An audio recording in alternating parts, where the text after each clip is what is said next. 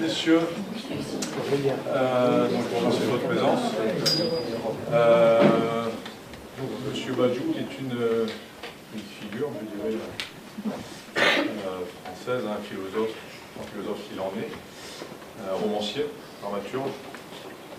Je voudrais que vous saisissiez bien la chance que vous allez avoir d'entendre ce qu'il a à vous dire et que vous buviez ses propos sans retenue, tout en exerçant après coup, bien évidemment, votre sens critique. Voilà, donc je vous souhaite vraiment une bonne écoute. Soyez des éponges, prenez ce qu'il y a à prendre, parce que c'est une vraie opportunité que vous avez là. Voilà. Il nous reste à vous remercier d'avoir accepté de recevoir Alain Badiou dans ce cycle de conférences qui a commencé le 24 novembre et se terminera le 2 décembre. Nous sommes passés à Marseille, à Martigues, à Port-de-Boueux, à Aubagne, demain à Apt et puis samedi à Aix-en-Provence.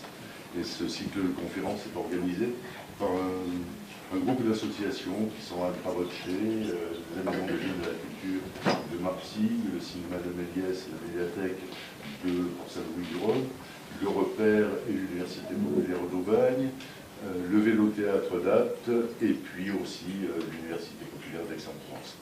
Merci à toutes et à tous d'être présents et de dire et d'interroger Alain Badiou autant que vous le souhaitez. Il est grand, c'est vrai, mais il est grandement gentil aussi. Donc ne soyez pas intimidés, c'est vraiment quelqu'un qui est d'une énorme générosité. Et je crois qu'il est vraiment lui aussi très heureux de venir à votre rencontre. Il adore discuter avec des jeunes parce que vous êtes notre avenir à nous. Il a des cheveux blancs, moi aussi. Donc c'est demain vous qui ferez le monde. Belle réunion et bonne conférence. À tout de suite. Je voulais juste profiter du moment pour aussi vous remettre le travail des élèves. Hein, c'est un peu la trace de toute, voilà, une trace du travail préliminaire, et puis il y aura des traces aussi de la rencontre. Parfait. De la rencontre à la Merci. Voilà. Intervention.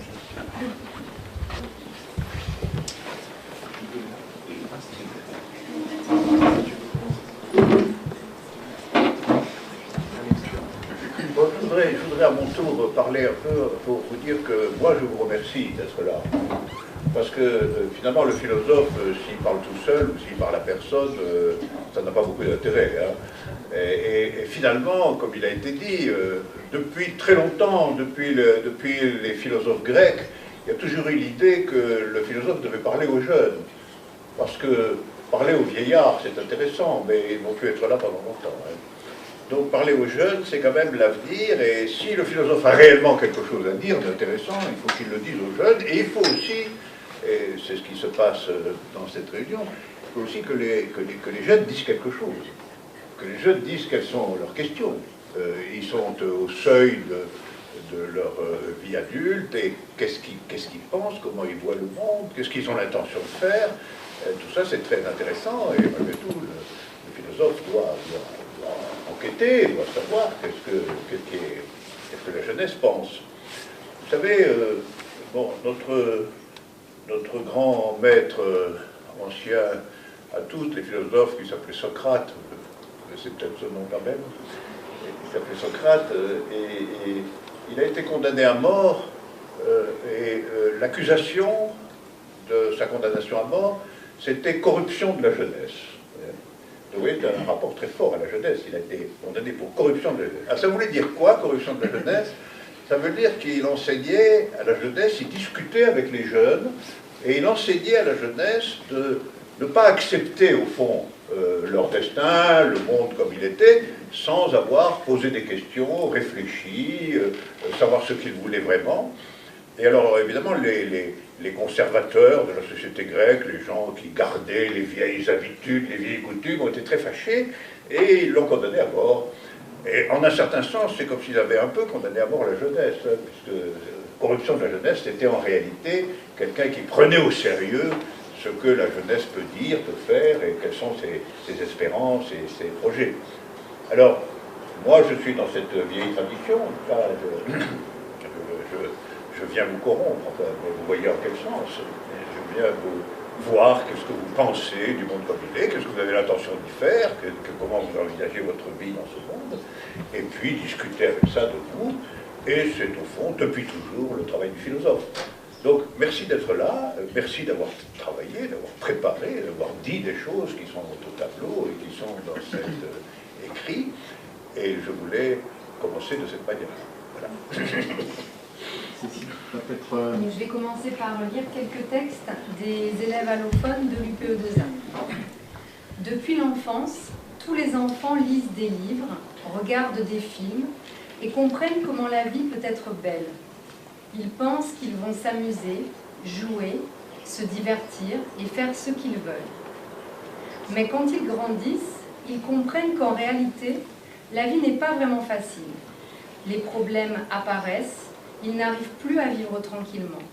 Dans la vie, il n'y a pas de romantisme comme dans les livres et les films. Il n'y a que l'argent et des problèmes. Un autre texte. Pour moi, la vraie vie, c'est l'indépendance complète. C'est avoir un travail où j'irai avec plaisir et revenir de mon travail chez moi, au volant de ma voiture préférée.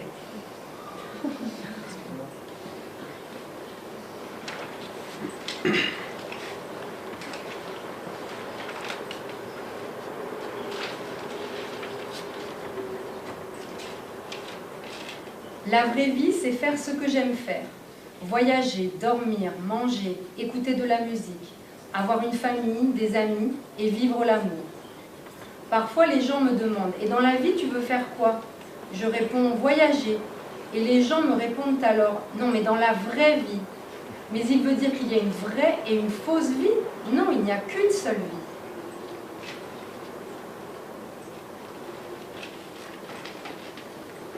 Peut-être que la vraie vie, c'est quand on vit pour les autres. Ou peut-être que c'est vivre pour réaliser nos rêves, voyager ou avoir des amis. Chaque personne a son avis car nous sommes tous différents. On nous a appris à vivre correctement, mais il y a beaucoup de faux dans ce qu'on nous a dit. Parfois les gens me disent « Pourquoi tu fais ça? Tu dois faire comme ça, tu dois croire comme je t'ai dit, etc. » Mais pourquoi je dois faire tout ce que vous me dites? Pourquoi je dois croire comme vous? C'est ma vie et je vis comme je veux. Donc pour moi, la vraie vie, c'est la vie sans écouter des gens qui veulent m'aider à vivre correctement. Autre chose, si tu fais un travail que tu n'aimes pas, alors il faut en changer, il faut trouver quelque chose d'autre.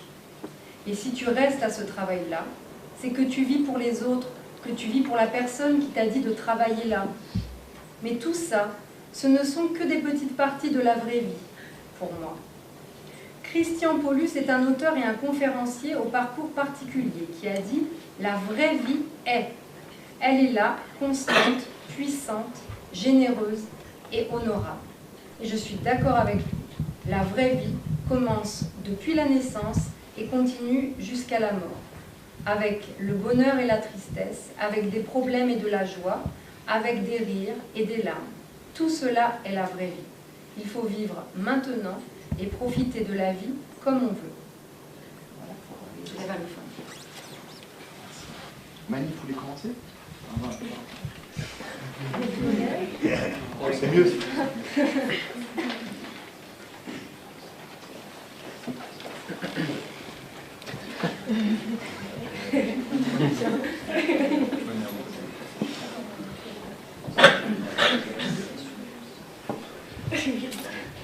Qu'est-ce que la vraie vie? Cette question, beaucoup se la posent, d'autres pas. Il y a ceux qui réfléchissent au vrai sens de la vie, qui se demandent ce qu'il y avait avant nous, ce qu'il y aura après nous. Et il y a ceux qui préfèrent ne pas y penser et vivre seulement au présent, comme si cette question était taboue. Pour ceux qui se posent la question, il y a ceux qui n'ont pas la réponse. Ils savent que nous allons tous mourir, que la vie est éphémère, et ils en tirent donc la conclusion que l'on doit profiter de la vie au maximum, avant de mourir, sans vouloir penser à la mort justement et ce qu'il y aura après elle. La réelle question à se poser pour comprendre ce qu'est la vraie vie, c'est quelle mission dois-je accomplir sur Terre? Chacun a sa propre réponse, sa propre vérité, et l'on ne peut imposer sa réponse à personne. Alors je dirais que, pour moi, la vraie vie n'est sûrement pas celle que je suis en train de vivre. La vraie vie n'est peut-être celle qui m'a été imposée de vivre. Aller à l'école, travailler, avoir hâte d'aller à la retraite et mourir. La vraie vie, c'est le fait de trouver la paix intérieure. Et cette paix, on la trouve en comprenant que cette vie n'est qu'une évaluation où les choix ou les décisions à prendre sont à notre portée, où le bien et le mal existent, le bonheur et le malheur, la facilité et la difficulté, et où l'on sera évalué par ce que l'on choisit. Car tout choix qu'on fait représente ce que l'on est au fond, et chaque action que l'on fait aura une conséquence à la fin, d'où le terme d'évaluation qui peut représenter le karma ou le destin. Quand on a trouvé la paix intérieure, on se sent capable de surmonter toutes les épreuves de la vie, car elle nous procure espoir et courage quand on sait que la vraie vie n'est pas celle qu'on vit. Cette vie ne peut être la vraie, car tout ce que nous vivons chacun, tous les sentiments qu'on ressent, toutes les personnes que l'on rencontre et qui nous changent, tous les chemins que l'on voulait prendre et qu'on a fini par ne plus vouloir prendre, ne peut être dû au hasard, car chaque chose que nous vivons nous amène quelque part et nous fait grandir. Tout ce que l'on vivons ne peut être vécu sans raison pour après mourir et tout oublier comme si l'on n'avait jamais existé, car si la vraie vie est seulement cela, alors la vie serait vide de sens et serait même sans but. La vraie vie pour moi sera après la mort, car la vie que l'on vit au présent représente nos œuvres à chacun son œuvre sur terre.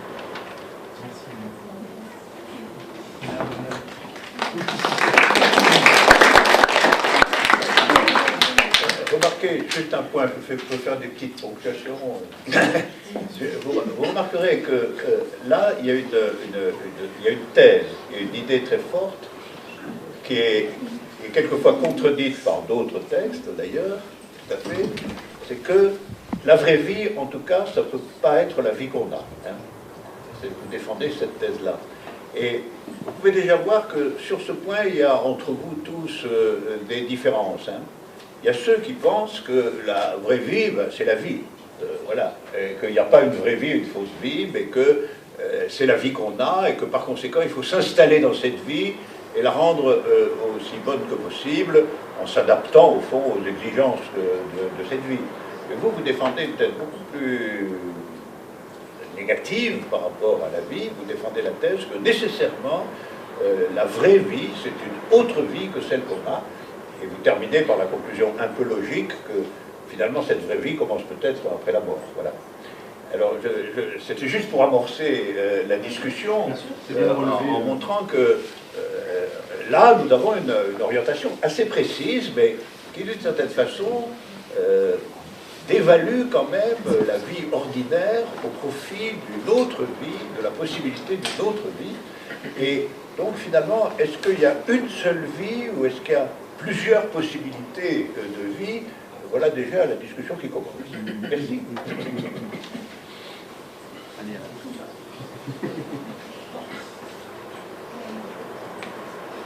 La vie, on en a tous l'expérience. Qu'on en profite ou qu'on la subisse, la vie est présente. À l'âge où l'on entre dans le monde des adultes, à l'âge où on a encore le temps d'une vie pour changer des choses, comment se projeter dans cet avenir qui nous est totalement inconnu? Quel chemin emprunter pour ne pas se faire dévorer par la machine infernale d'une vie au XXIe siècle? La vie, la vraie, semble inatteignable de nos jours, presque utopique. Quand la vie commence-t-elle? Quand la vraie vie commence-t-elle? Comment fait-on pour la provoquer, pour y accéder?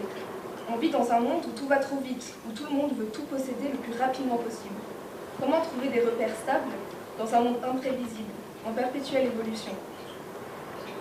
Le fait de respirer, d'exister, de se reproduire, est selon ces termes biologiques, la preuve que la vie, aussi simple soit-elle, existe. Pour la préserver, l'être vivant subvient à ses besoins naturels en se nourrissant, en buvant, en dormant, etc.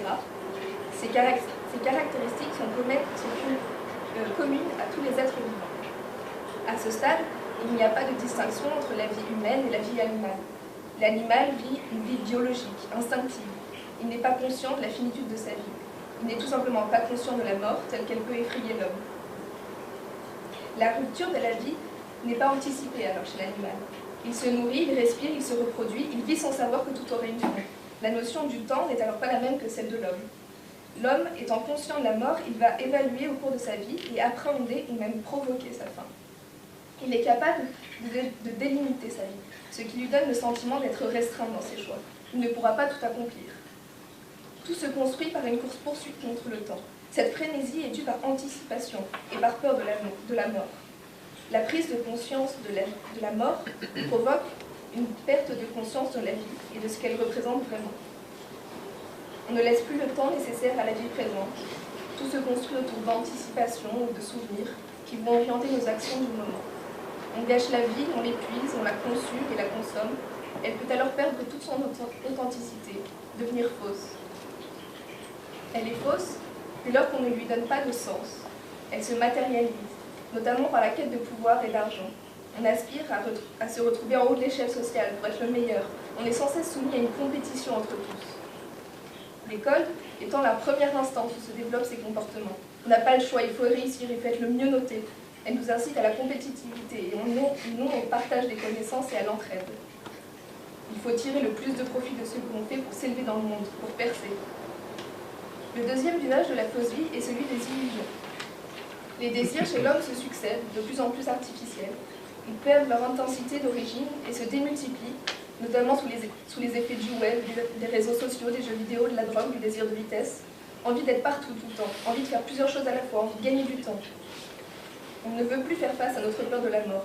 On ne se confronte plus à l'inconnu, parce que tout est plus facile autrement. C'est plus facile de se réfugier dans la drogue pour oublier, ou de se plonger dans un monde virtuel pour se couper du reste du monde et d'échapper au réel. La réalité est alors négligée, ou même remplacée. Pourtant, la réalité existe bel et bien.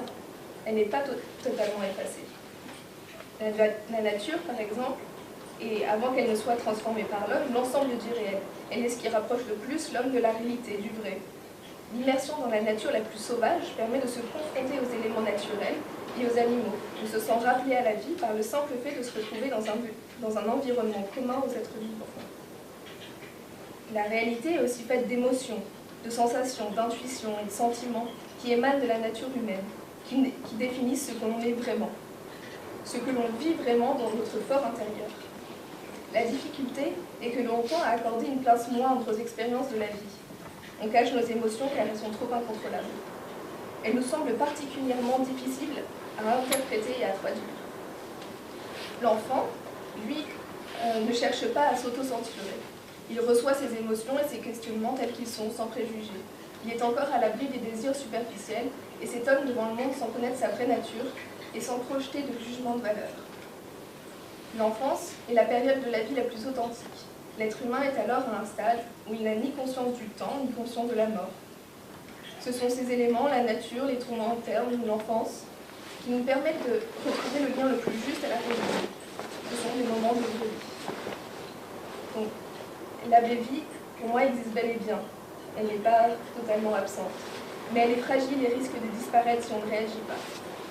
Il est certes tentant de se laisser porter par le monde immédiat qui nous est proposé, un monde souvent fait d'influence, de mensonges, de tromperies et d'artifices. Cela n'est néanmoins pas une fatalité. Et prendre le temps de réfléchir à ce qu'est la vie, c'est déjà se donner une chance de se rapprocher de la vraie vie. Merci.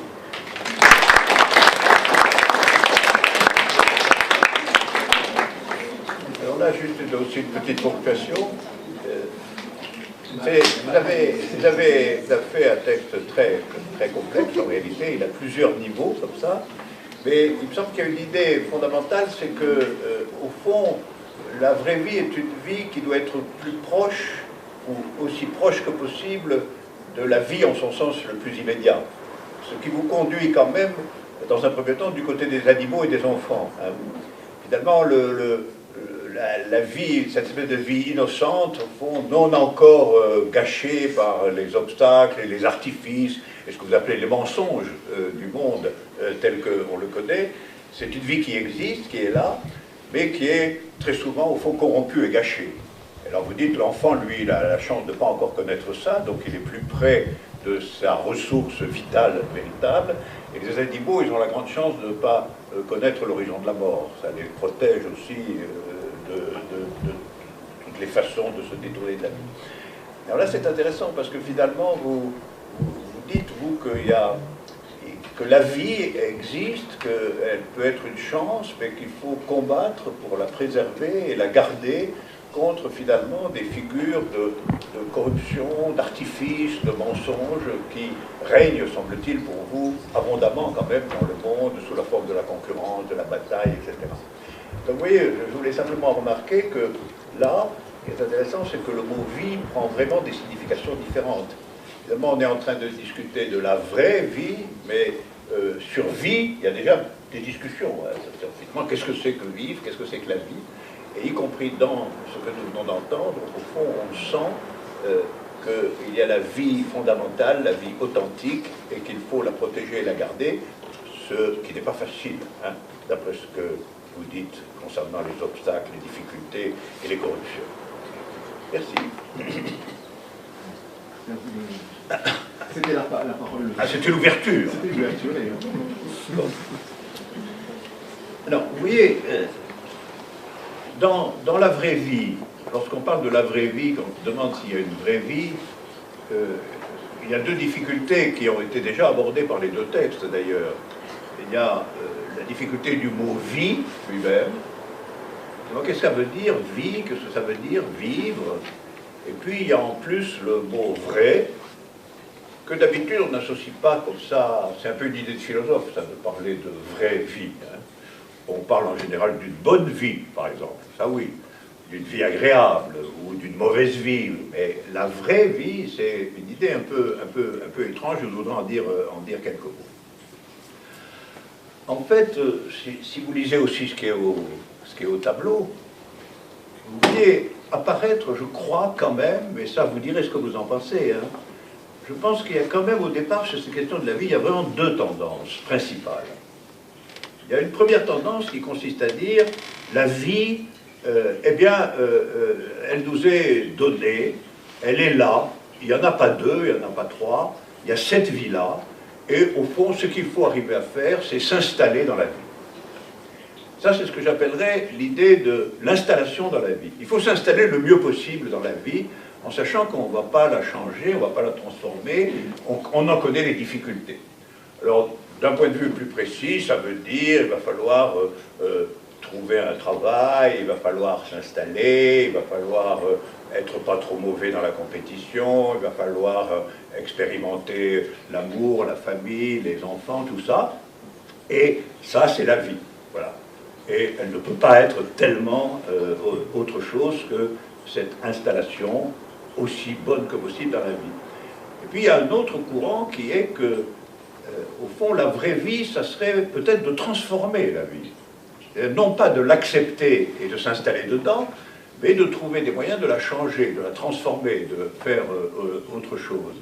Et à ce moment-là, il y aurait en effet une vraie vie, qui serait la vie qu'on souhaite, qu'on désire et pour laquelle on lutte et on combat, et puis l'autre vie, la vie finalement un peu fausse, qui est simplement celle qui nous est proposée, dans laquelle on cherche à s'installer. Alors, cette division, elle est très importante, parce que selon qu'on pense que la vie est une fatalité, finalement, une fatalité à la fois vitale et sociale. Bon, la vie, c'est ce qui se propose avant la mort, et il y a l'enfance, il y a la vie, il y a être adulte, etc. Si on pense ça, et si on pense qu'il n'y a rien d'autre que cette vie, ou si on pense au contraire que la vie pourrait être changée, transformée de l'intérieur de la vie elle-même, et qu'on vivrait à ce moment-là dans l'idée d'une vie autre que celle qui existe, on a quand même deux façons de vivre, alors, deux façons d'habiter le monde, d'habiter l'existence, qui sont extrêmement différentes. Et alors, on a là un problème. Alors, au fond, je voudrais savoir, parce qu'il faut que nous discutions, là.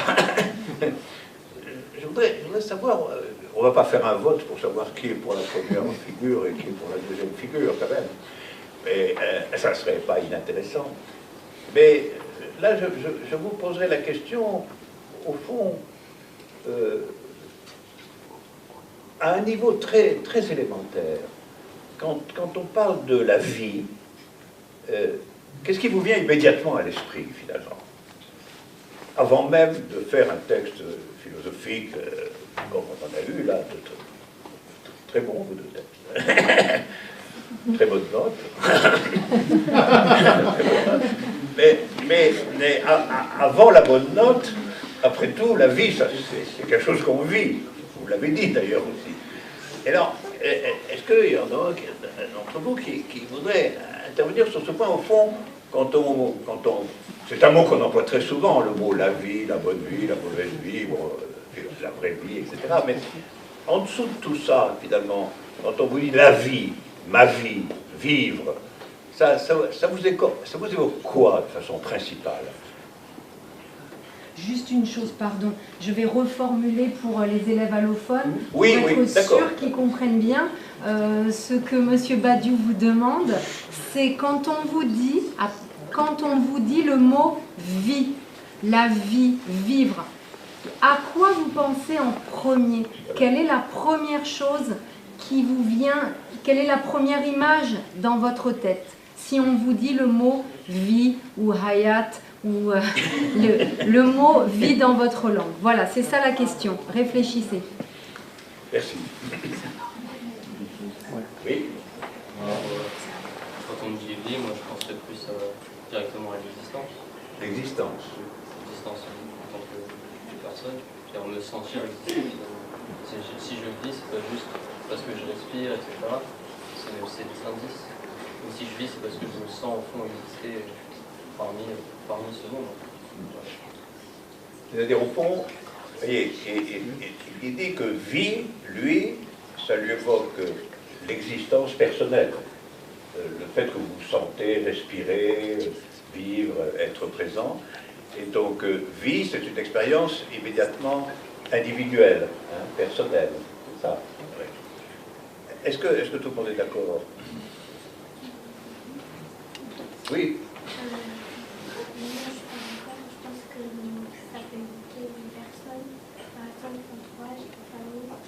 Parlez un tout petit peu plus fort, si vous pouvez. Ça peut quelque chose, par exemple, sur la famille, les amis, toutes les personnes qui sont autour de nous. Ton prénom c'est Myriam.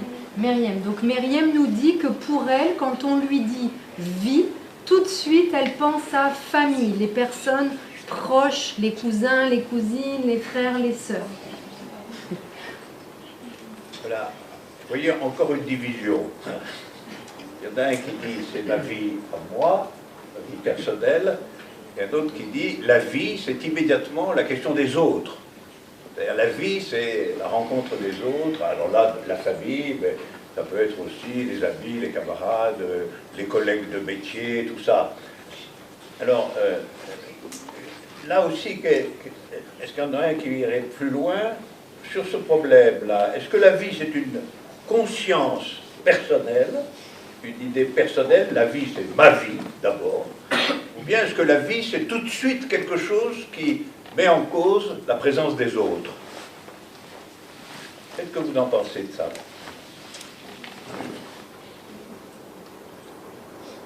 Oui. Voilà, déjà, donc le fait de dire la vie, ça donne une sorte de... comme si c'était un tout, un peu. C'est pas une vie. Une vie, c'est on pense à une personne, on pense à un individu. Et quand on parle de la vie, ça a un caractère assez général, je trouve. Ouais. Moi, je pense plutôt à quelque chose de biologique, quoi, la vie sur Terre, comment ça... La vie, vous le voyez comme une chose générale, quoi. Oui, voilà. La vie sous toutes les formes, collectives, individuelles, vous l'avez dit aussi, animale, humaine, etc. La vie. Alors, vous voyez tout de suite que comme il arrive quand on discute un mot c'est toujours quelque chose de compliqué, en fait. Il y a une définition dans le dictionnaire, mais finalement, un mot, le mot vie, là, c'est tout de suite un mot compliqué. Ce que je pense, c'est que si on parle de la vie, et si on parle de la vraie vie, on se réfère forcément à quelque chose dont on a l'expérience. Et que la vie, ce n'est pas une idée abstraite que vous reconnaissez comme ça.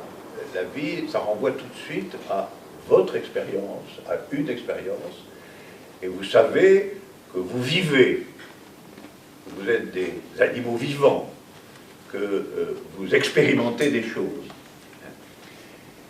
Et au fond, la discussion sur la vie, elle finit toujours par être la question de la qualité de cette expérience.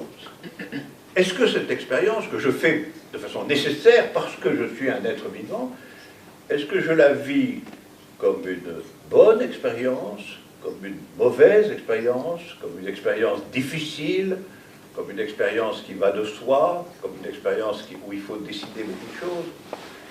Alors, au fond, vous, là, qui êtes très jeune, qu'est-ce que vous pensez vraiment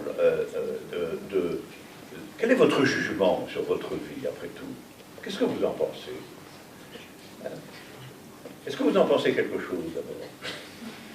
Et ensuite, qu'est-ce que vous en pensez? Si jamais vous vous arrêtez une seconde, et que vous dites, bon, je vis, donc, évidemment, ça veut dire que vous allez au lycée, que vous avez des amis, que vous mangez, que vous dormez, bon, tout ça.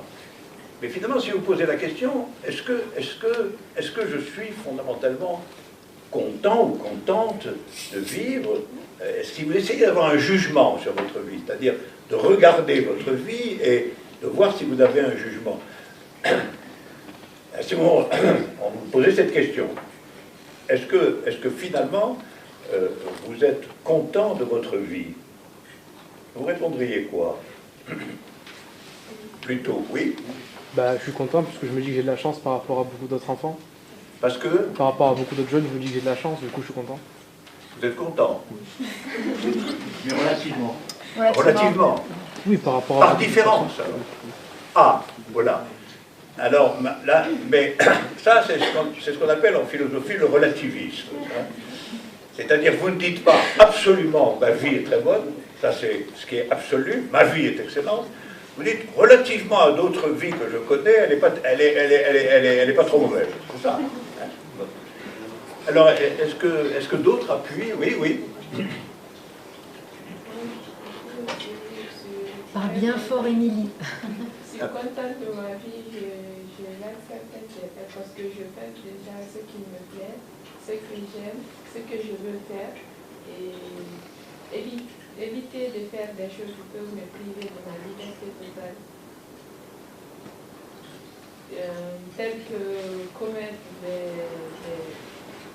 des crimes qui peuvent m'empêcher de vivre en liberté, tels que voler ou ça, tuer quelqu'un et qu'on t'emprisonne 30 ans de prison, 20 ans de prison. Tu peux vivre là où on va t'emprisonner, mais tu ne pourras pas faire tout ce que tu veux. Tout ce qui te plaît, tu ne le feras jamais. Donc, moi, je dis, je suis contente de ma vie. C'est assez compliqué ce que vous dites là. Je vais vous dire pourquoi. C'est assez compliqué parce que vous dites je suis contente de ma vie. Mais ça c'est positif. Vous êtes contente de votre vie, vous êtes contente de faire ce qui vous plaît. Bon, ça va à peu près. Et après vous vous mettez à parler de choses terribles que vous êtes content de ne pas faire. C'est ça. Hein? Mais alors, et votre vie, elle est principalement bonne parce que ce que vous faites est bien, ou elle est principalement bonne parce que vous ne faites pas des choses qui seraient mauvaises? Elle est bonne parce que je ne fais pas des choses négatives qui peuvent me priver de... Dans le sens négatif? C'est surtout celui-là qui fait que la vie est bonne? Alors ça, c'est une autre forme de relativisme. Hein? Vous avez la première forme de relativisme, ma vie est pas trop mal parce qu'il y a pire que ça. Il y en a des bien plus mauvaises, donc voilà. Et vous dites, ma vie est bonne parce que je ne suis pas perdu, engagé dans des choses terribles, des choses mauvaises. C'est ça que vous dites. Donc, pour l'instant, nous n'avons personne qui dit, ma vie est absolument bonne.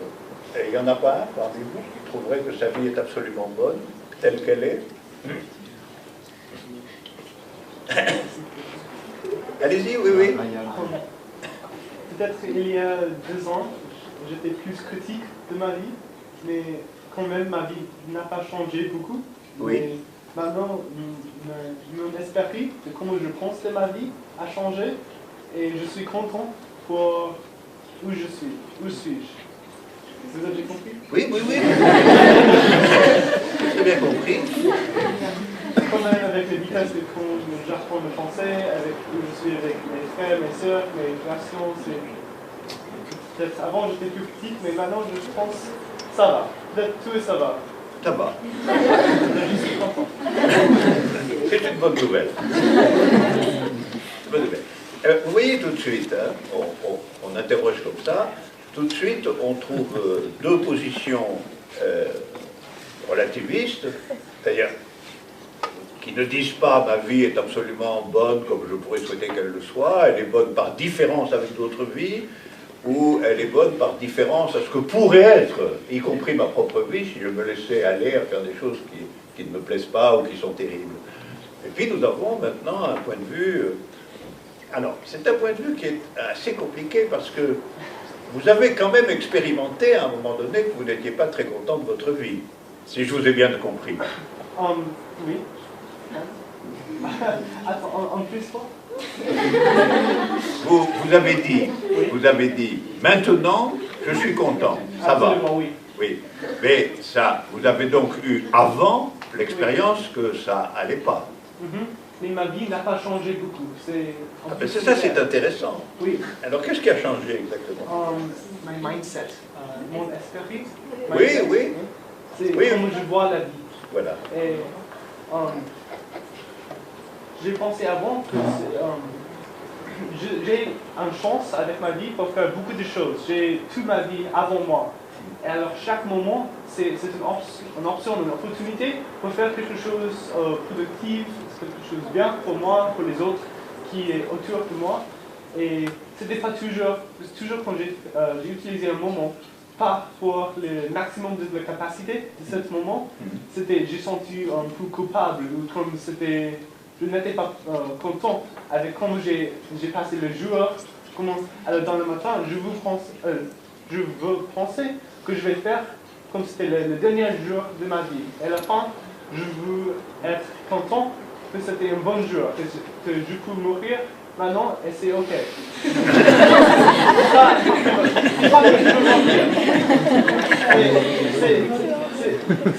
Soyons que non. Mais maintenant, c'est pas que j'ai raté un moment, que je n'ai pas utilisé peut-être le maximum de la capacité. Je peux apprécier les moments pour qu'est-ce que c'est, pour tout que c'est. Oui, je comprends. Je comprends. En fait, finalement, on se met d'accord sur le point où on en est. Ce que vous dites, vous, c'est qu'il y a la vie et il y a la conscience de la vie. Hein, c'est ça. Oui. Et vous dites cette chose très remarquable, ma vie n'a pas changé, mais la conscience que j'ai de ma vie a changé. Oui. Voilà. Et donc il y a une différence entre la vie et ce qu'on pense de la vie. Hein. Et nous, on est des animaux qui non seulement vivons, mais avons aussi une idée de la vie. Hein, puisque c'est votre idée de la vie, votre conscience de la vie qui a changé, mais pas votre vie. Vous avez répété, ma vie, elle est à peu près pareille. Oui. Mais à un moment donné, elle ne vous plaisait pas, maintenant elle vous plaît. Et vous expliquez que c'est parce que vous avez changé votre conscience de la vie. Alors, là, on ouvrirait donc un problème, une étape nouvelle du problème de la vraie vie, qui serait qu'il y a la question de la vie objective, qu'est-ce que vous faites, comment vous vivez, et puis il y a quelque chose qui est la vie subjective, c'est-à-dire comment vous réfléchissez votre vie. Et finalement, il y a un problème du rapport entre les deux. Imaginez quelqu'un, est-ce que vous pensez par exemple que quelqu'un pourrait dire je pense que ma vie est très bonne, mais j'en ai une idée très mauvaise. Petit problème. Vous voyez, lui, notre ami là, il a dit, ma vie est la même, mais maintenant je la trouve bonne, alors qu'avant j'avais des problèmes. D'accord? Mais est-ce que vous pensez que... alors, donc, il y a la vie et il y a le jugement sur la vie. Hein? Est-ce que vous... alors, comment ça marche? Est-ce que vous pensez qu'on peut penser que la vie est bonne, mais avoir quand même une mauvaise idée de la vie?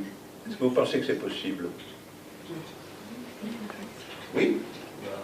Non, enfin, pas forcément, parce que forcément, vu qu'on porte un jugement sur quelque chose, ça veut dire que ce jugement il n'est pas de rien, donc c'est intimement lié en fait. Il y a des subjectifs et objectifs intimement liés, dans le sens où quand il va se passer des choses, on va forcément avoir un jugement dessus, donc ressentir la chose différemment, et du coup, fait que objectivement, si se passe quelque chose de positif, subjectivement, je vais ressentir positivement. D'accord. Vous voyez, là, une première réponse, c'est pas possible, parce que la subjectivité de la vie, la conscience de la vie, part de la vie elle-même. Elle fait partie de la vie. Et donc, lui, il n'est pas d'accord avec vous. Enfin, il ne pense pas qu'on puisse dire « ma vie n'a pas changé, mais ma vie a changé quand même. » Parce que vous le faites parce que vous distinguez l'objectivité et la subjectivité. Audrey. Je pense que c'est une question de l'être humain en soi, puisque l'homme va prendre conscience de sa vie, mais va toujours se plaindre quelque part.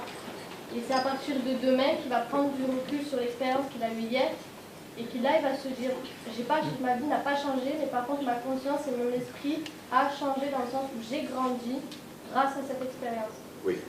Et sur le fait même, on va se plaindre. On va toujours avoir quelque chose qui ne nous plaît pas et nous dire, ben, j'aurais préféré ça, mais demain ça sera autre chose. Subtil. Vous voyez, ce qui a été dit là, et qui nous complique encore le problème. On ne sait pas si on arrivera à la vraie vie, jamais, mais on approche petit à petit. Ce qui a été dit là est très intéressant. C'est un peu la même position que la vôtre, mais qui est plus expliquée, plus développée. C'est-à-dire, c'est l'idée, il y a ma vie, mais cette vie, elle m'apprend quelque chose. Donc, dans ce que vous avez dit là, la vie peut changer mon point de vue sur la vie. C'est ça que vous dites. C'est-à-dire que la vie, c'est aussi quelque chose qui me transforme. Donc, ma vie peut changer, non pas dans les faits, non pas dans ma situation, etc., mais dans ma capacité de jugement. C'est-à-dire que je jugeais que ma vie était mauvaise, et maintenant, j'ai vécu, il y a une expérience de la vie qui fait que je change mon point de vue sur la vie et que je la déclare bonne.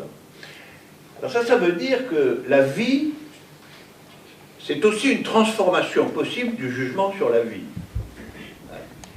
Est-ce que vous êtes d'accord avec ça? C'est-à-dire, est-ce que vous pensez qu'il y a une expérience de la vie qui fait qu'on change de point de vue sur la vie elle-même? Est-ce que la vie vous apprend quelque chose sur la vie? S'il n'y aurait rien qui vous apprendrait quelque chose sur la vie. C'est le... Sinon, il n'y aurait rien qui vous apprendrait quelque chose sur la vie. Il n'y a que la vie qui peut nous apprendre quelque chose sur la vie. Que la vie.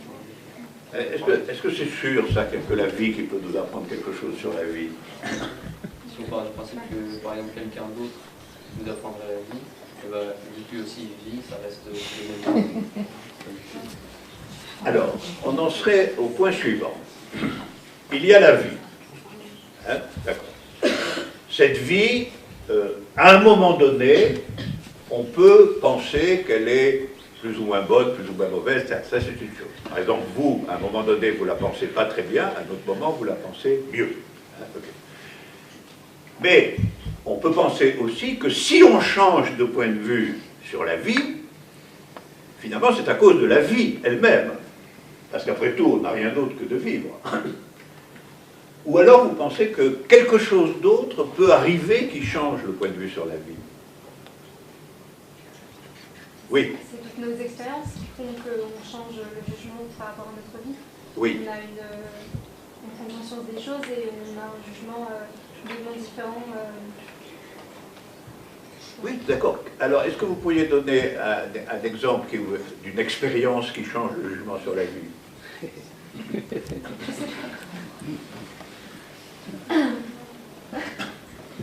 Je sais pas, toutes les expériences qu'on a qui viennent dans notre vie, des chamboulements, enfin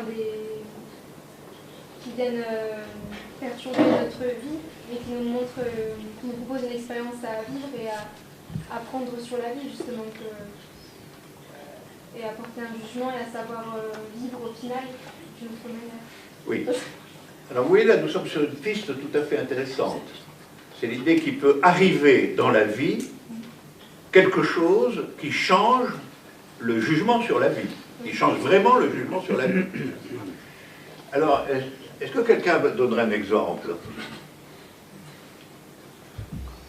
Oui? Par exemple, une personne qui lutte contre une maladie. Une personne qui lutte contre une maladie. Une personne qui lutte contre une maladie. Ah oui. Oui. Et alors, l'expérience, alors là, vous citeriez une expérience négative, l'expérience de la maladie, et la lutte contre cette expérience négative peut changer ce qu'on pense de la vie. Hein, c'est ça? Oui, parce qu'une personne qui lutte contre une maladie, Oui. elle est plus, ça la rend plus forte. Oui. Si elle réussit à survivre, le reste de sa vie, elle vivra différemment qu'une personne normale qui n'a jamais subi ce qu'elle a subi elle. D'accord. Autrement dit, vous voyez que si on a l'expérience d'une menace sur la vie, hein, comme une maladie grave par exemple, le fait de lutter contre cela donne à la vie une valeur nouvelle, hein, une force nouvelle. Et ça, c'est à partir d'un exemple, d'une expérience négative, d'une grande maladie. Est-ce que vous pourriez citer une expérience positive dans la vie? Oui. Par exemple, si on n'est jamais parti, par exemple, en voyage, et que pour la première fois on a l'occasion et on part, et on va découvrir de nouveaux aspects, et enfin, c'est quelque chose qui ne nous est jamais arrivé. Donc, oui. Voilà, alors là vous parlez d'une expérience de la vie, qui vous fait expérimenter quelque chose que vous n'aviez jamais expérimenté. Une nouveauté. Donc un événement qui fait surgir quelque chose de nouveau dans la vie. Là, c'est un voyage, hein, par exemple. Je vais intervenir, pardon, oui. pour encourager mes élèves Allez-y, à parler. encouragez-les. Donc c'est maintenant, là, il faut parler, sinon demain je vais vous dire que vous n'avez pas parlé et je veux vous entendre. Est-ce qu'il y a des choses dans votre vie, est-ce que vous avez vécu des choses qui ont fait changer votre avis, votre point de vue, Anastasia, sur la vie? Est-ce qu'il y a des expériences de vie qui vous ont fait dire après, ah, en fait, la vie, c'est comme ci, c'est comme ça? La parole est au... Voilà, Mohamed Rayen, Émilie, merci. Je veux entendre Anastasia, Katia, Yulia et tout le monde. La mobilisation générale, là. Mohamed Rayen. Par exemple, la mort... Bien fort. Par exemple, la mort d'une personne plus proche de nous, comme les parents, les grands-parents, les enfants. Mohamed Rayen nous dit, par exemple, la mort d'une personne proche, comme les parents, comme les grands-parents. Il nous donne cet exemple. Voilà quelque chose qui change la vision qu'on a sur la vie. C'est ça, Mohamed Rayen? Oui. Émilie. Pardon, hein, mais c'est parce que je veux absolument qu'il bouillez, parle. je vois bien. Émilie. Avoir un enfant. Avant, j'étudiais et en même temps je jouais au foot. Ma passion était de jouer au foot. Mais depuis que je suis tombée enceinte et que j'ai un enfant, je dois m'occuper de lui. Ma vision de jouer au foot a totalement changé. Je ne peux pas aller à l'école, m'occuper de l'enfant et aller jouer au foot aussi. Donc, ça a totalement changé. Donc là, Émilie nous dit, avoir un enfant, ça change la vie. Sa vie a changé. Avant, sa vie, c'était le foot et les études. Maintenant, c'est les études et son enfant. Ça a changé ta façon de voir la vie aussi? d'autres expériences de vie qui... Mais pas seulement les élèves allophones, hein, mais dites qu'est-ce qui vous vient à l'esprit? À quel moment dans votre vie vous vous êtes dit « je vois la vie différemment, ça a changé », même si ça n'a pas duré longtemps? Mais c'est pas positif ou négatif, mais je sais pas, je dirais un livre. Enfin, j'ai pas entendu. Par exemple, si on lit un livre et que, je sais pas, un livre de philosophie qui nous change une vie, Lire un livre, ça peut changer la vie. Donc la mort d'un proche, la naissance d'un enfant, la lecture d'un livre, quelles autres expériences? C'est curieux que personne ne parle de tomber amoureux.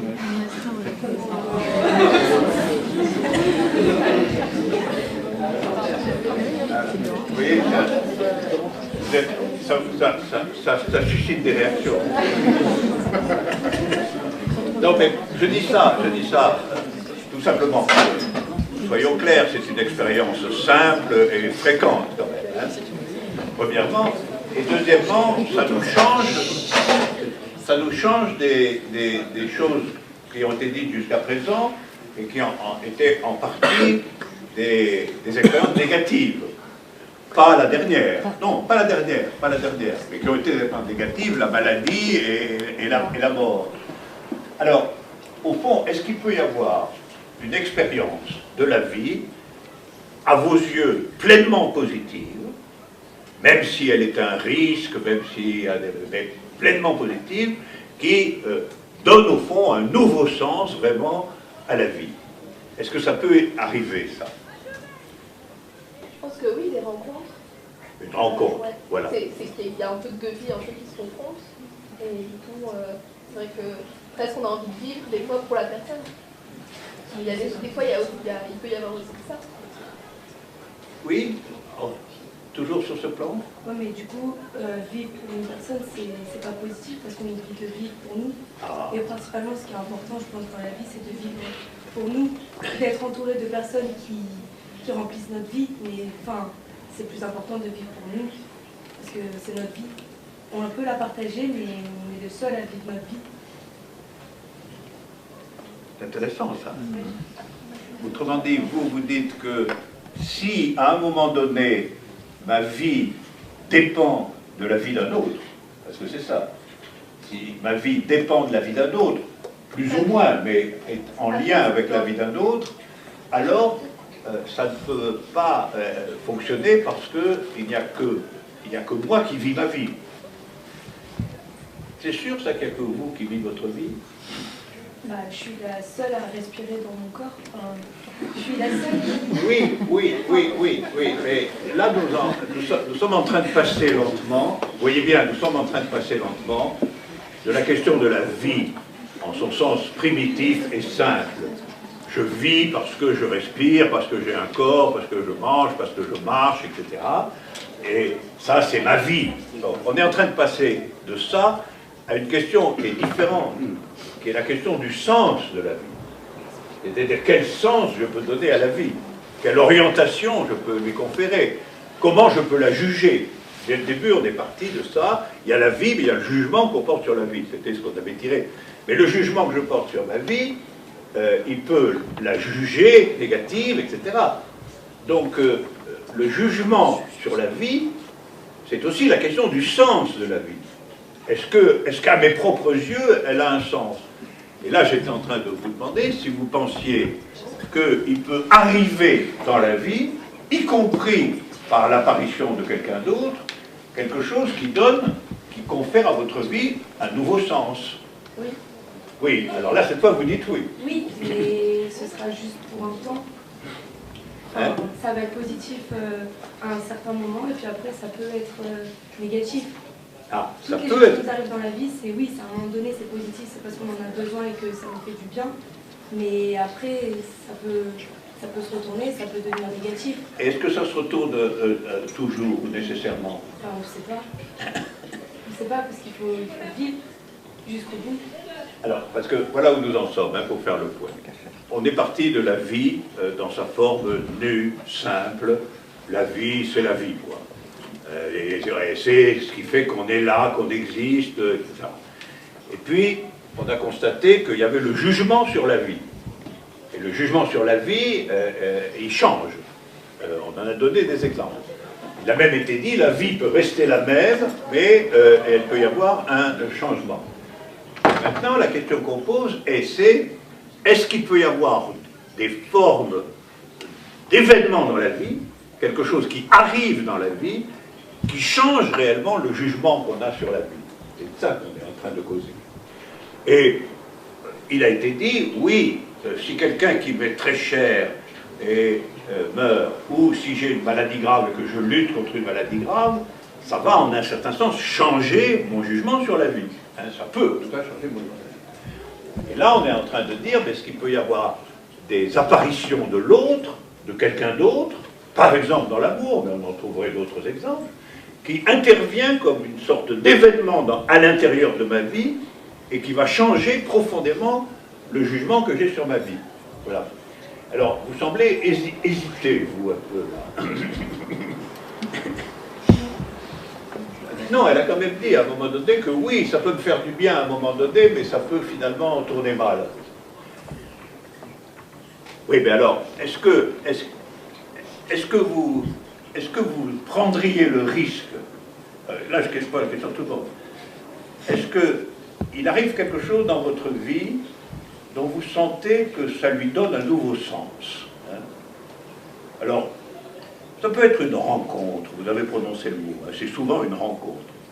Ça peut être un nouvel engagement, ça peut être une nouvelle idée de ce que va être votre métier, etc. Mais il arrive quelque chose qui est censé donner un nouveau sens à votre vie et de transformer le jugement que vous portez sur votre vie.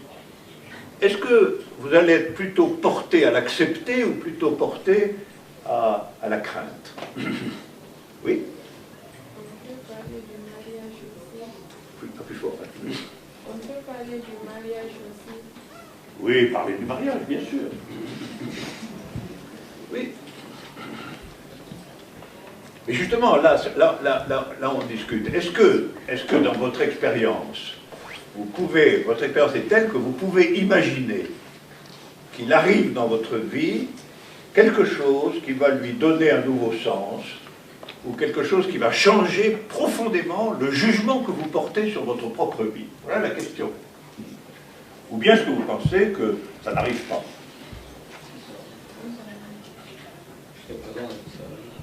Jusqu'à présent, on dit que ça arrive quand on a cité plusieurs exemples, etc. Mais après, est-ce qu'on est prêt à l'accepter ou pas?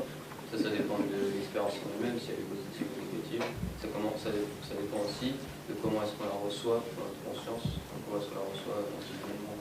Oui, mais vous dites que ça dépend des circonstances, d'accord. Mais vous pensez que c'est possible? Oui, c'est possible qu'on dise... Vous pensez que c'est possible. Mais si quelque chose comme ça est possible, et vous savez, la littérature, le cinéma, le roman, tout ça, ça raconte très souvent des histoires comme ça, quand même. C'est-à-dire des histoires d'une vie qui suivait son train, et puis il arrive quelque chose, et la vie prend une nouvelle couleur, un nouveau sens, une nouvelle force. C'est quelque chose qui est qui se dit très souvent. Alors, est-ce que vous croyez que ça peut exister vraiment? Ou bien est-ce que vous êtes sceptique?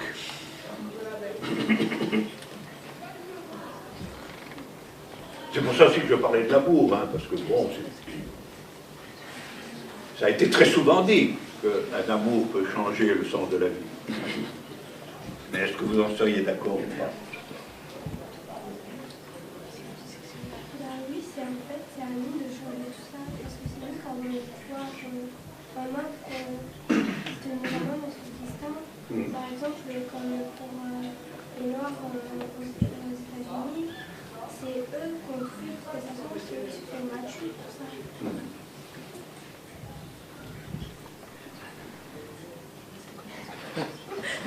D'autres interventions là-dessus? Vous êtes terriblement craintif. Allez-y, dites ce que vous pensez. Là, on n'est pas en train de... Oui? Bah oui, c'est sûr, ça peut largement arriver.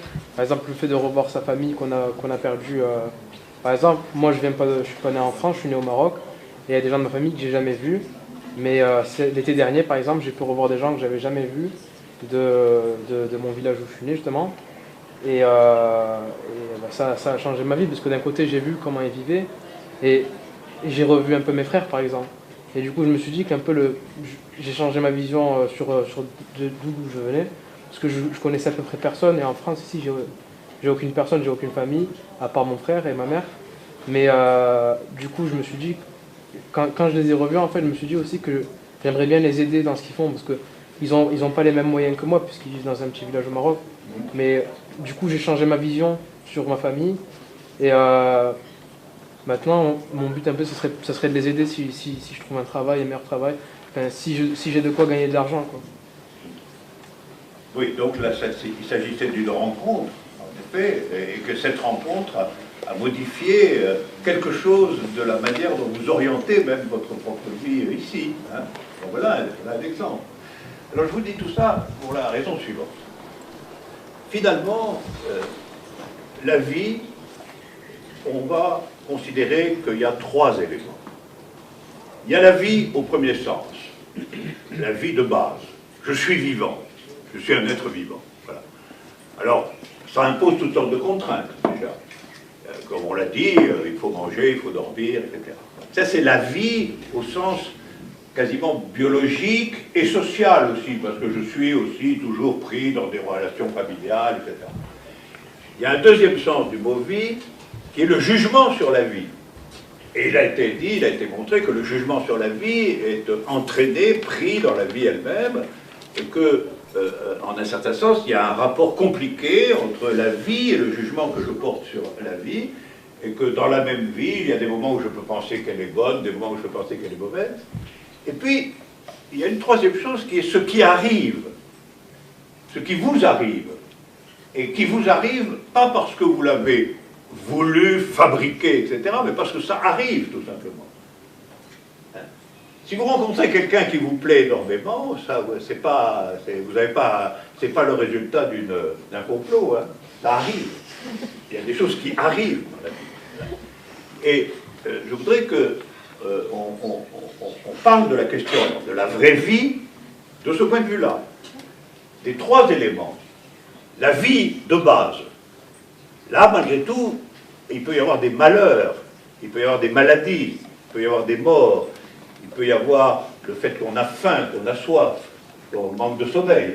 Ça, c'est au niveau de la vie de base. Ça, ce sont des problèmes de la vie au sens, il faut que je nourrisse, que j'alimente mon corps. C'est la vie du corps, tout simplement. Après, il y a le deuxième niveau, c'est, quoi que soit ma vie, je peux la juger. Je peux avoir un point de vue sur elle, la trouver bonne, la trouver mauvaise, la trouver ennuyeuse, la trouver passionnante, je peux faire tout ça. Et ça, c'est le jugement sur la vie qui est porté par la vie. Et puis un troisième, il y a ce qui arrive. C'est-à-dire, c'est quelque chose que je n'ai pas décidé forcément, mais qui me vient du dehors. Hein.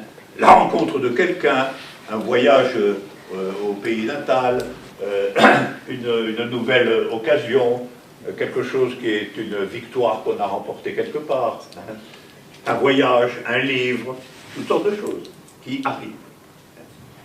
Et alors, ce que je propose de vous dire, c'est que si on parle de la vie, si on parle de sa propre vie, si on cherche à juger sa propre vie, il faut toujours tenir compte des trois choses.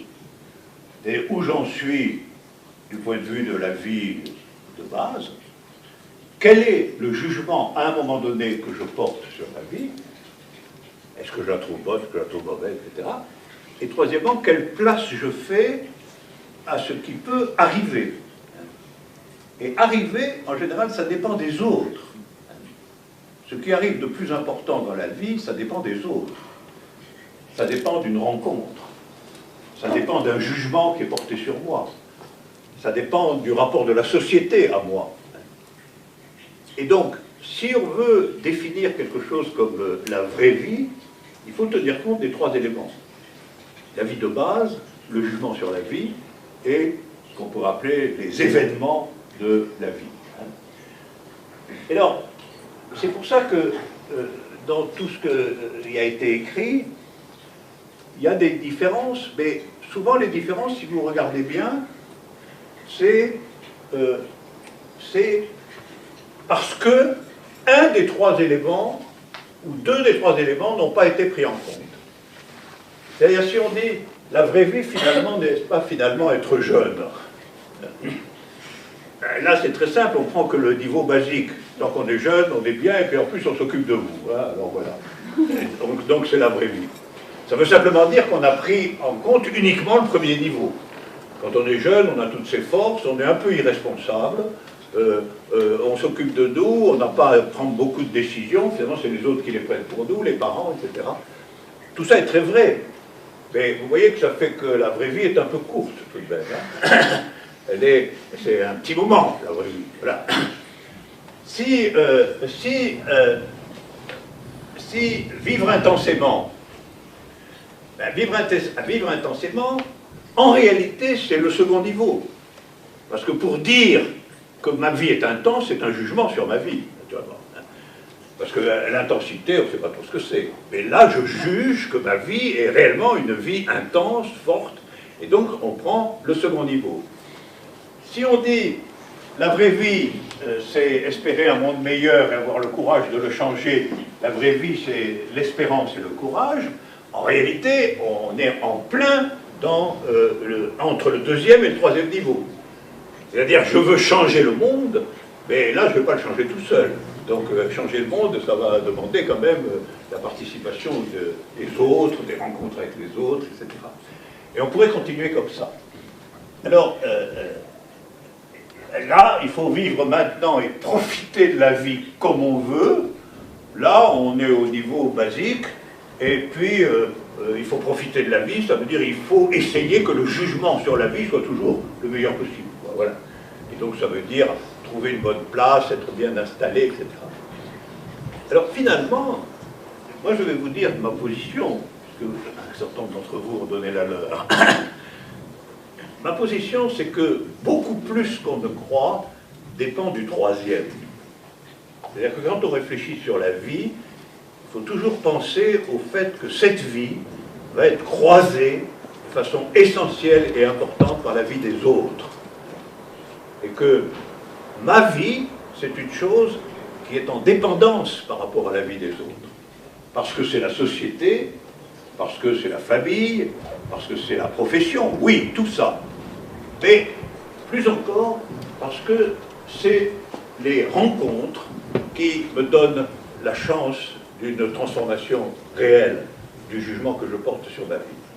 Si vous y réfléchissez, si vous cherchez une vie dans laquelle il n'y a aucune rencontre, une vie qui se passe comme ça au premier niveau, exclusivement, et deuxième niveau, vous ne pourrez pas l'appeler une vraie vie, parce qu'elle n'aura pas eu l'expérience de quoi?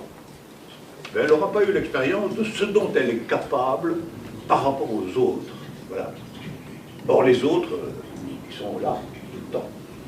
Et si vous n'avez pas, à un moment donné, fait l'expérience de ce que c'est que la vie, du point de vue non seulement de vous, mais d'un autre, ou de plusieurs autres, vous n'aurez pas une expérience vraiment complète de la vie. Si bien que dans la vie, il faut faire confiance aux rencontres. Alors ça veut dire une chose très importante, c'est qu'on ne peut pas tout calculer. On ne peut pas tout calculer. On ne peut pas se dire je protège ma vie une fois pour toutes par le calcul et par la prévision. Il y a toujours des rencontres. Et les rencontres, qui peuvent être les rencontres historiques, il se passe quelque chose dans le monde qui m'intéresse. Ça peut être la rencontre amoureuse.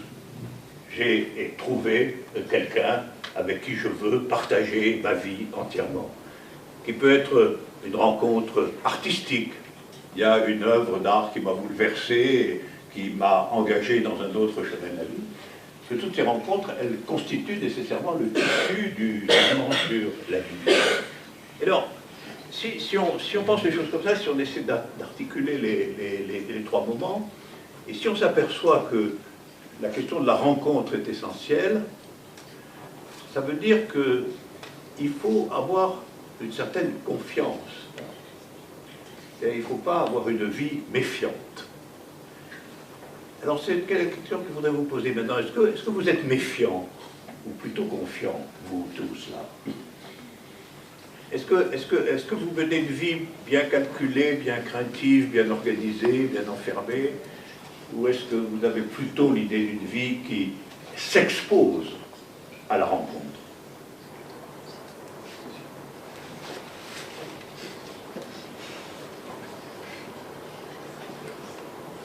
Allez, engagez-vous là. Autrement dit, je pose ma question autrement. Est-ce que vous pensez que dans la vie, ce qui est très important, c'est la sécurité? Voilà. Parce que c'est ça, la vie qui se défend des autres, c'est la vie dans laquelle ce qui est important, c'est la sécurité. La sécurité de la base, c'est la sécurité pour la santé, etc. La sécurité au second niveau, oui. J'imagine qu'on est toujours un petit peu méfiant, quoi qu'il arrive. Enfin, je pense qu'il n'y a personne aujourd'hui qui peut se vanter d'être totalement confiant dans sa vie et de s'exposer totalement parce qu'on sait qu'en soi la vie est compliquée, donc on a peur des fois de s'exposer et se dire peut-être qu'on peut vivre des mauvaises expériences, etc. Mais c'est ça aussi qui nous bloque en fait. C'est ça aussi qui nous bloque. On a peur de s'exposer au monde. Oui. Il y a des moments aussi quand on vit des expériences négatives, on est méfiant par rapport à ce qui va se passer par la suite. On a peur si ça va se reproduire ou si ça va être encore pire, que ces expériences-là ça va être encore plus dur ou à surmonter par rapport à ce qu'on a vécu avant comme expérience négative. D'accord. Oui. Moi j'ai confiance et j'ai pas peur parce que je trouve que ce qui doit arriver quand même. Je trouve que je pense que ce qui doit arriver et j'ai pas peur. Et vous n'avez pas peur? Alors vous voyez là, c'est particulier parce qu'elle n'a pas peur parce qu'elle pense que de toute façon, ce qui doit arriver arrive. Quoi. Et vous êtes une stoïcienne, philosophiquement. Sans le savoir, c'est pas important. Vous êtes une stoïcienne sans le savoir, c'est pas important. C'est ce qu'ont expliqué les stoïciens. Les stoïciens, c'est une école philosophique. Les stoïciens, c'est une école philosophique qui explique qu'il faut savoir que ce qui arrive, arrive. Et donc, il ne faut pas chercher à se désespérer parce que quelque chose arrive, etc. Parce que ce qui arrive, arrive. Il y a une nécessité de ce qui arrive. Et beaucoup de choses ne dépendent pas de moi. Il y a des choses qui dépendent de moi, mais c'est un petit secteur de choses. Puis il y a les masses des choses qui ne dépendent pas de moi. Comme ça ne dépend pas de moi, c'est pas la peine que je m'en préoccupe. C'est ça votre point de vue? Eh bien, vous êtes une excellente stoïcienne. Et vous vouliez intervenir? Mais comment on fait pour se protéger? Parce qu'on ne sait pas ce qui va arriver. Oui. Enfin, il y a des choses qui vont arriver, mais on ne sait pas. Oui. Enfin, quelles vont être. Et donc, comment oui, on fait mais là, je vous interroger sur votre état d'esprit. C'est-à-dire, est-ce que vous avez plutôt peur de ce qui va arriver, entre autres choses parce que vous ne le savez pas, ou bien est-ce que vous espérez plutôt qu'il va arriver quelque chose dans la vie? On espère toujours qu'il arrive quelque chose. Hein? Moi, j'espère qu'il va arriver quelque chose. Vous l'espérez? Oui. Bon. Alors, vous espérez quoi? Je ne sais pas. Vous ne savez pas non plus ce que vous espérez? Non, pas trop. Oui, au fond, là-bas. C'est pas une question de sentiment face aux événements. Si je rebondis sur ce qu'elle a dit Oriane, on ne va pas appréhender le même événement de la même façon. Si je connais l'amour, que tout s'est bien passé, je me dis le prochain, ça va être mieux encore. Et si je connais un événement négatif, je vais avoir peur et je vais être plutôt renfermée dans la sécurité. Et je n'aurai plus confiance en un événement qui peut se repasser et je ne revivrai pas la même chose. Autrement dit, vous avez quand même, vous pensez quand même que c'est un élément important de la vie que les leçons tirées des expériences négatives. De toute expérience. Oui, positive, ça vous encourage, et négative, ça vous ramène à la sécurité, c'est ça? Du moins, notre jugement ou mon sentiment ne sera pas le même et mes émotions non plus. Et alors, c'est quoi une expérience négative? Ça dépend comment on s'en sort face à cette expérience. Si je suis triste, si c'est un coup dur, si je m'en remets, si je veux vivre, c'est différent. Chacun a la vision de l'expérience négative ou positive. C'est chacun son point de vue, mais on ne vit pas de la même façon et les sentiments ne seront jamais les mêmes. Oui. Si on a réussi à faire la résilience par rapport à cet événement négatif. Oui. Ben, c'est tout, enfin, je vais juste argumenter. Oui, parce que, oui, il nous reste 10 minutes.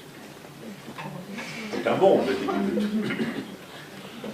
Bon, alors, juste je voulais, là, vous redites votre intervention. J'ai dit que c'est aussi si on avait réussi à faire cette résilience sur l'événement. Oui, ce que je pense, c'est, au fond, là, on est en train de discuter du point de vue toujours de la vraie vie, des leçons qu'on peut tirer d'une expérience négative. Parce qu'on peut dire qu'une expérience négative, ça vous instruit aussi quand même. Pas forcément dans la direction de la sécurité quand même, pas uniquement dans la direction de la sécurité. Ça c'est un peu fermé.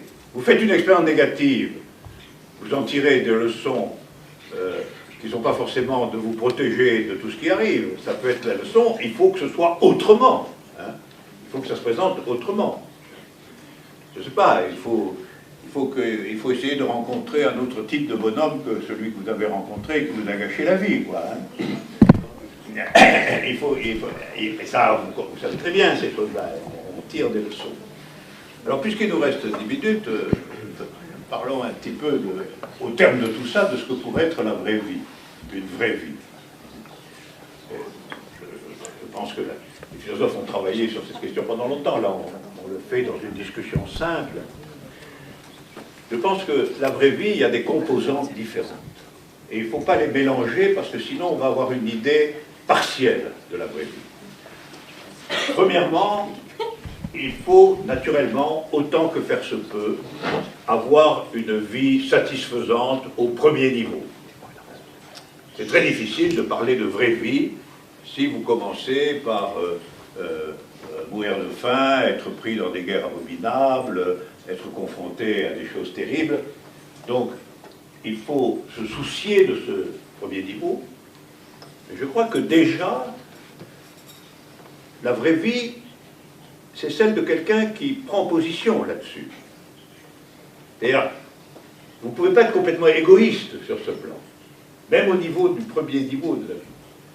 S'il y a des gens qui sont dans le désespoir, dans la famine, dans la violence, vous devez, au nom de la vie elle-même, vous devez, autant que faire se peut, essayer d'œuvrer pour que ça ne soit plus le cas. Autrement dit, il y a une solidarité biologique déjà, et pas simplement au deuxième niveau. Et au fond, on ne peut pas être dans la vraie vie en restant absolument indifférent à ce qui arrive aux autres au premier niveau lui-même. Et il faut, Jean-Jacques Rousseau appelait ça la pitié, enfin, il faut, pour que la vie puisse quand même avoir un sens à tous les niveaux, il faut que, au premier niveau, on ne soit pas purement et simplement égoïste. C'est-à-dire dire, bon, moi, j'ai un bon métier, j'ai une bonne vie, j'ai de l'argent, j'ai une sécurité sociale, etc., etc. Que les autres crèvent, ça me laisse froid. Donc, la vraie vie implique une solidarité vitale. Vous voyez? Solidarité vitale avec les autres. Ça, c'est le premier point. Au deuxième niveau, il faut savoir que le jugement sur ma vie peut être un élément très important de la vie elle-même. Et il faut savoir, nous l'avons vu dès le début, que les expériences de la vie peuvent transformer mon jugement sur la vie. Donc il ne faut pas s'arrêter, c'est ça la leçon. Si à un moment donné, on est dans le poteau noir, si à un moment donné on n'est vraiment pas content de sa vie, il faut savoir que le jugement sur la vie peut changer dans le mouvement de la vie elle-même. Ce qui veut dire qu'il faut savoir éviter le désespoir. Le désespoir, c'est une figure terrible qui consiste à dire que mon jugement sur la vie ne peut pas changer. Je suis dans un jugement négatif sur la vie et c'est un désespoir pour toujours. Alors ça, c'est important, il faut être solidaire du temps. Il faut laisser travailler le temps, parce que le temps a puissance de modifier non seulement ma vie, mais mon jugement sur la vie. Ça, c'est pour le deuxième niveau. Et le troisième niveau, il faut accepter à tous les niveaux l'idée que des choses arrivent. C'est-à-dire que la vie, la vraie vie, c'est pas simplement les 2 premiers niveaux, c'est aussi la totalité de mes relations à ce qui arrive, et en particulier aux expériences cruciales de la rencontre des autres. Parce que la rencontre des autres, c'est ce qui installe la vie dans sa totalité. Et en vérité, on ne peut pas vivre de façon absolument solitaire. La solitude peut quelquefois être une nécessité, mais la vie solitaire est une vie qui ignore au fond les possibilités véritables de la vie, à savoir toutes celles que les autres peuvent vous apporter. Alors la vraie vie, ça serait à la manière que chacun peut avoir de organiser 3 choses: le souci général de la vie au premier niveau, y compris la vie des autres, la survie des autres.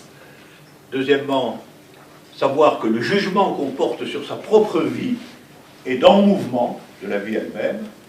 Et troisièmement, accepter de façon ouverte et sans abus de sécurité ce que les autres nous apportent. Voilà. C'est ce qu'on a tiré de notre discussion d'aujourd'hui.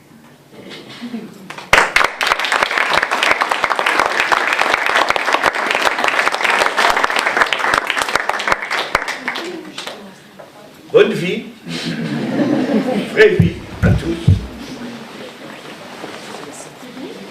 Merci beaucoup.